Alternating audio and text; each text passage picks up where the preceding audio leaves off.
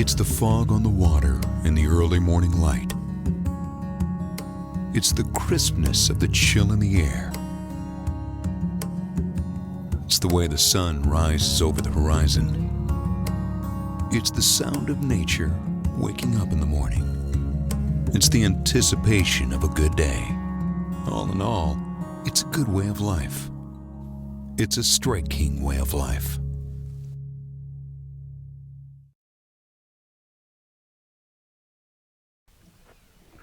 Hey everyone, I'm Brandon Polinick and welcome to Michiana Outdoors. I'm going to give you guys one of the most simple ways to adjust your bait casting reel. I get this question all the time on how do I prevent my bait caster from backlashing, and I'm going to give you guys that tip right now. Now this is a Cabela's Arachnid reel, but almost every single reel is going to have this same braking system. So you've got this little turn thumb knob here.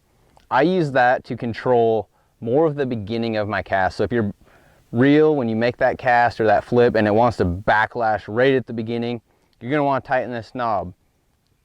The braking system I use if it's wanting to backlash more toward the middle or the end of my cast. As that spool speeds up, this is going to apply more pressure. Typically with all my reels when I start out, this one's got 20 settings. I'll go about a quarter of the way just to start out and give me a good guide point. So we've got 1, 2, 3, 4, 5 clicks. It's going to be a quarter of the way. But the best way to start when we come back to this side, now if it's a right-handed reel, this knob will be on the right side. If you have a left-handed reel, it'll be on the left side and just flip-flopped. All reels have them. What I'm going to do is tighten this almost all the way down so it starts to get real tight.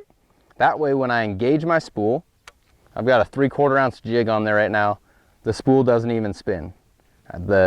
It's engaged. So what I do is I engage it, it's tight, and I'll start to just slowly loosen that knob so it starts to spin.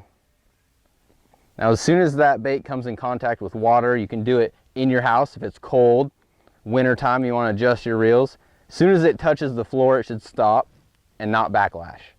Now I will start to make my cast with that, and if I'm not getting the distance that I want or the accuracy, I will slowly loosen this up. I always try to have this as loose as possible and control the spool with your thumb to give you the best results.